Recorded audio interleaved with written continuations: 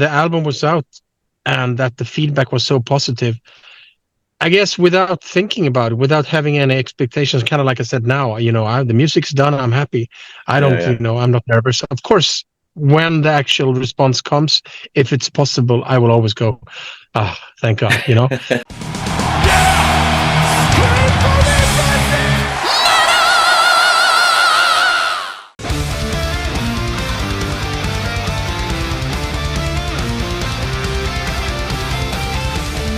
Peter of the Halo Effect, thank you so much for your time today. I know these are, well, I mean, for everybody, this time of year becomes quite hectic, but for you, extra hectic, obviously, with the album coming out soon.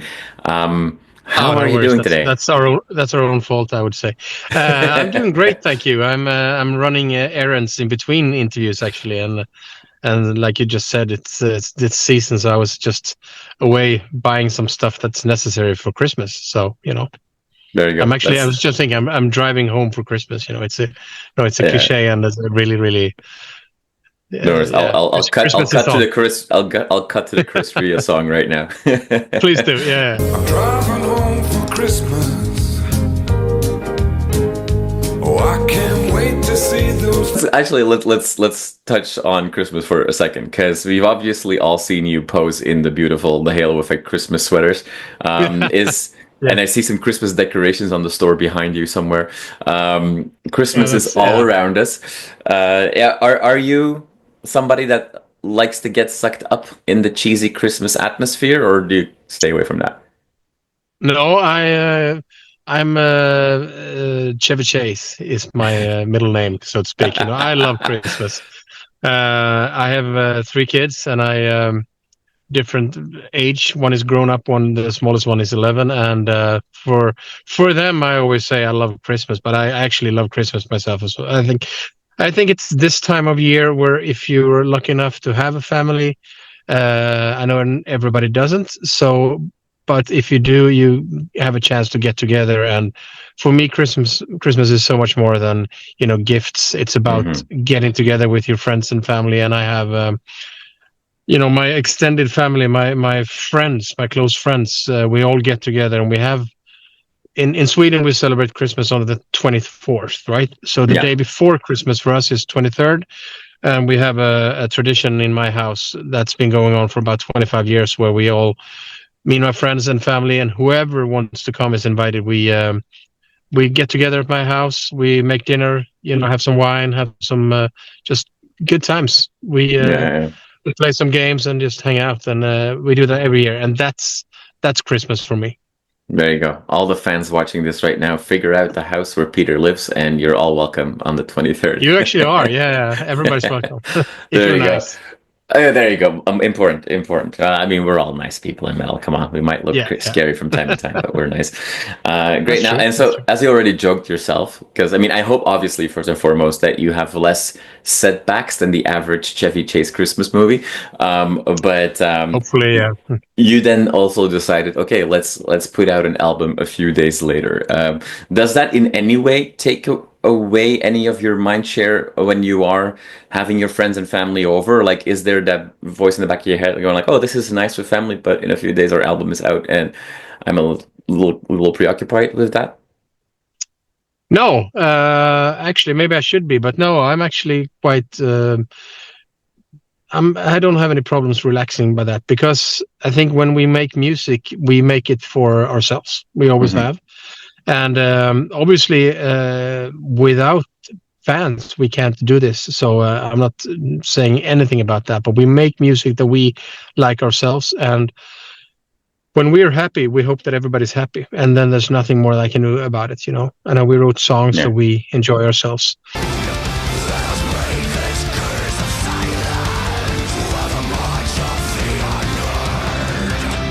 I had to giggle a little when I got all the press, statements, some time ago for this new album coming out. So I had a chance to listen to the full album already.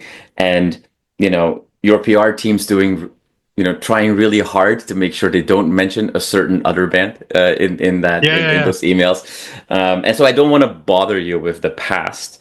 But Oh, don't worry about it. Just whatever. There's no secrets, Yeah. I mean, everybody knows. I think that everybody watching this video knows roughly, what the background is of the people in the Halo effect.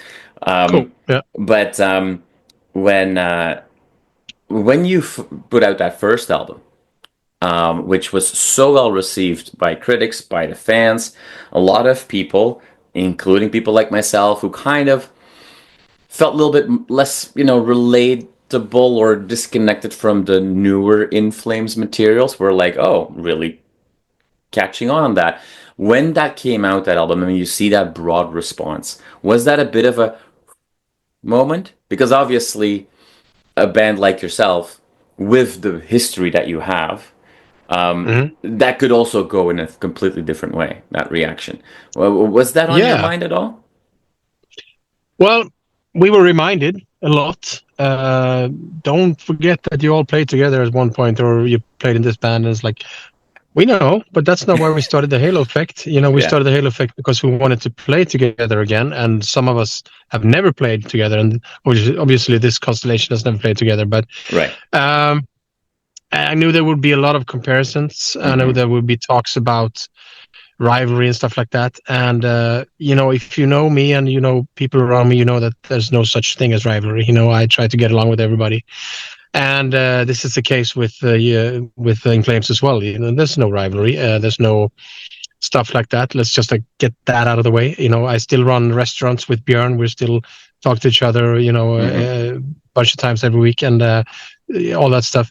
But with that said, when the album was out and that the feedback was so positive, I guess without thinking about it, without having any expectations, kind of like I said now, the music's done. I'm happy.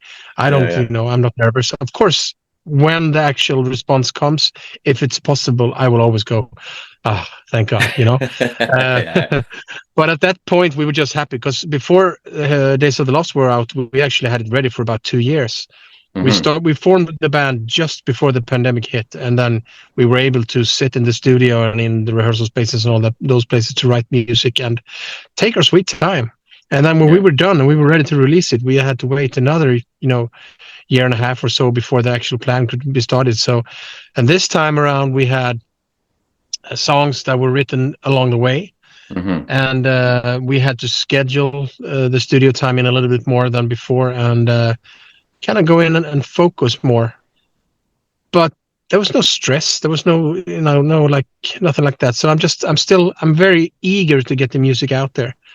Yeah. I'm not nervous. There will be some comparisons to of course, to In Flames as always, but also to the first record, and as it should be. I'm just happy to get the music out. I gotta say that. Yeah.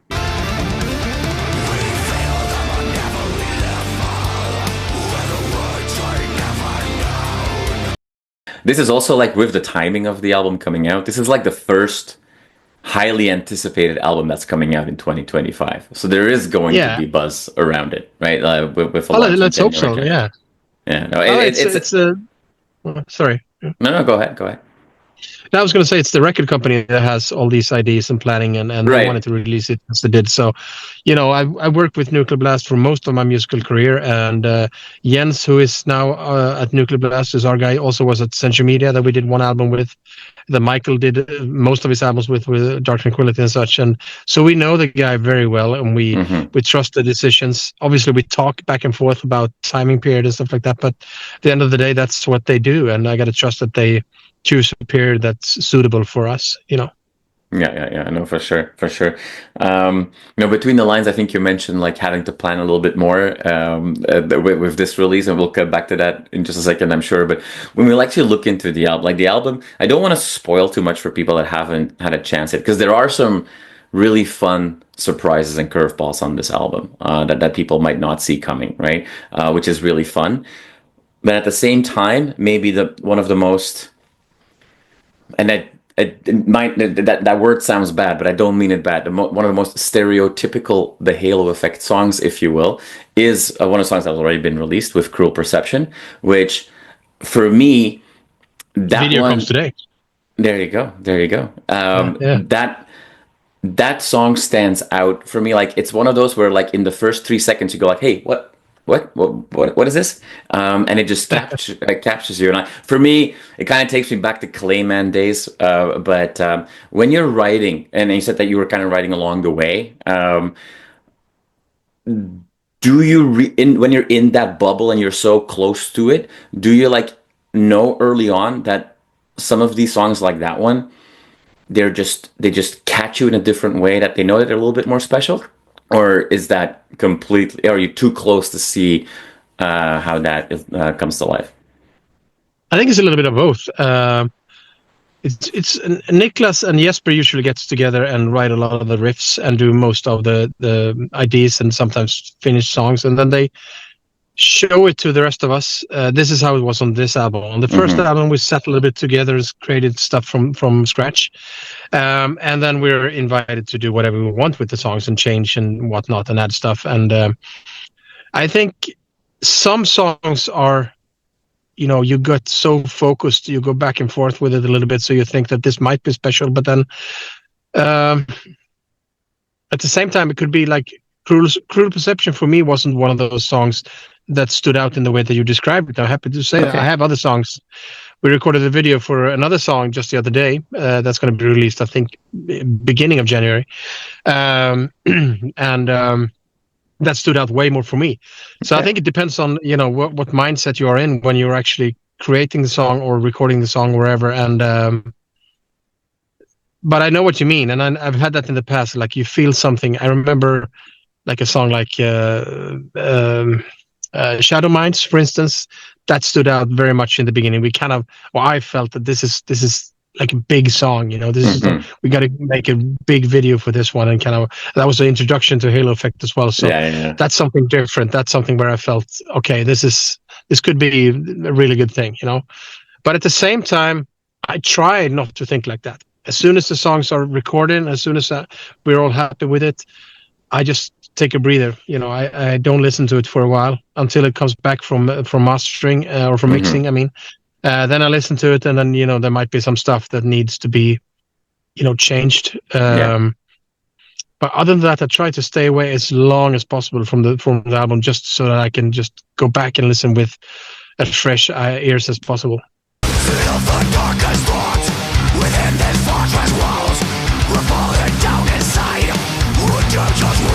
You're gonna play a lot of shows. You've played a good amount of shows, obviously, already as the band.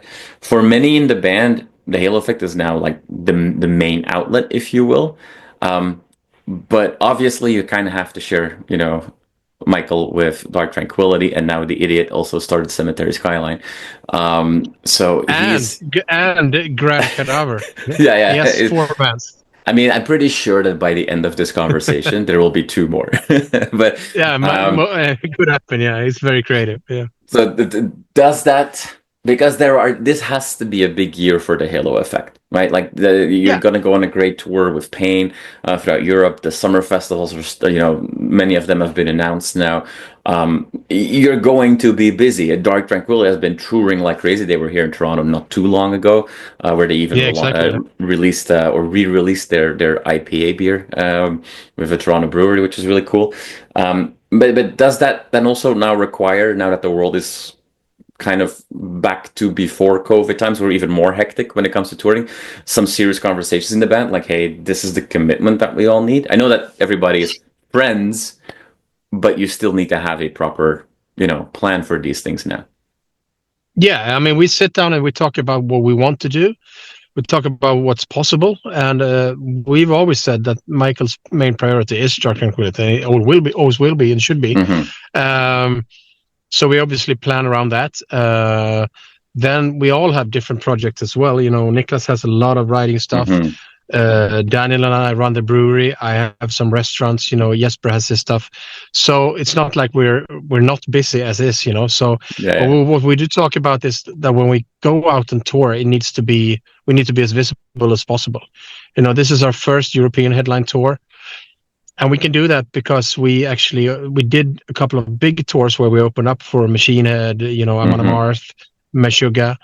And I think we need to do that a little bit more. Like, before we come back, we did a little North American tour. We did a couple of shows. We played Toronto.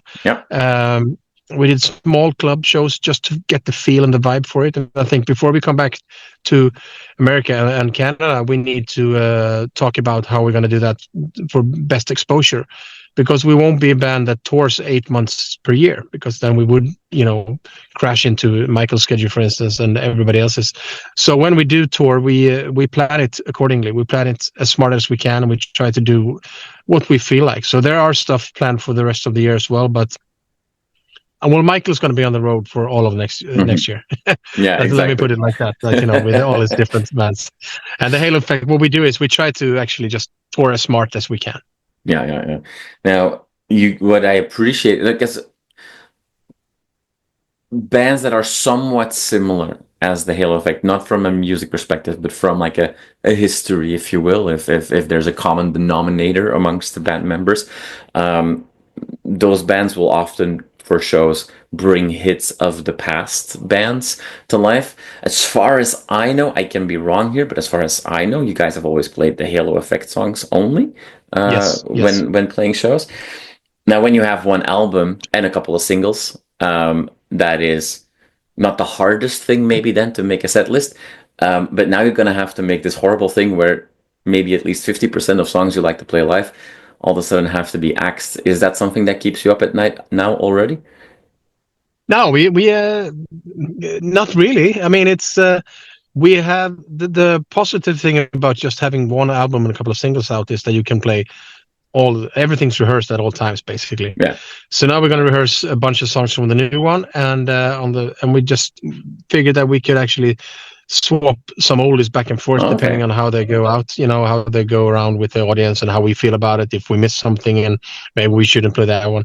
So I think it's kind of a nice pleasure or whatever. I'm lacking the words here, but it's a luxury position to be in a way. Exactly. And I think it's not something that keeps me up at night. I'm kind of eager to see how the songs blend together. But I mean, we did Become Surrender and forget the name of the other song right now, but they were supposed to be on March of the Unheard. The Last of Us. We postponed the record. No. Last of Our Kind was on the first record. Right. Yeah, there was another single. Never mind. Yeah, never mind. So we kind of already know how the new songs are blending in, and they're blending very well. So I don't know. I'm just curious. It's going to be fun. For me, going out on tour right now is almost like having vacation. I'll go out with my friends. We get to play some music that we love. We get to meet a lot of people that are happy around us and see some beautiful cities and eat some great food and drink some local craft beer and stuff like that. I'm going to have a blast. So I try not to stay up at night worrying about stuff that I can't change anyways. Yeah. So what I hear you say is that fans should come see you guys multiple shows because they might get different set lists. Could be. Absolutely. Yeah. Awesome. Well, it's a lot to look forward to because you are going to be on the road a lot. Maybe yourself not as much as Michael, but you will be busy this year or this coming year. And I wish you guys all the best. This new album is going to be here in no time, so enjoy the quiet of the holidays before that storm breaks loose. And then because almost I think it's on the 15th of January that tour kicks off for you guys. It is, so it's in Oslo, the roller coaster will start and it's not going to stop anytime soon. Peter, thank you so much for taking some time while you're doing grocery shopping or Christmas gift shopping. I very much appreciate that. I bought more decorative lights here. There you go. You truly are Chevy Chase. My house is not decorated enough yet. Maybe I'll post something on my Instagram later. We'll see. I think it's not that hard to find your house now because it's going to be like a regular house. It's very lit up. Yeah. My neighbors doesn't even do that because my house is enough for everybody. Yeah. Awesome. Well, they just need some well placed mirrors to kind of reflect the light. Exactly. Fantastic. Well, Peter, I wish you first and foremost fantastic time with all your friends and family over the holidays, and then a phenomenal album release and a kickoff to the new headline tour. Super excited.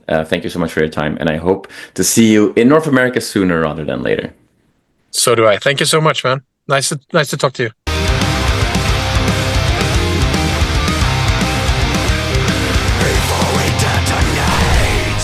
You are awesome for watching. watching this video. Click right here to see more content like it and subscribe to the channel.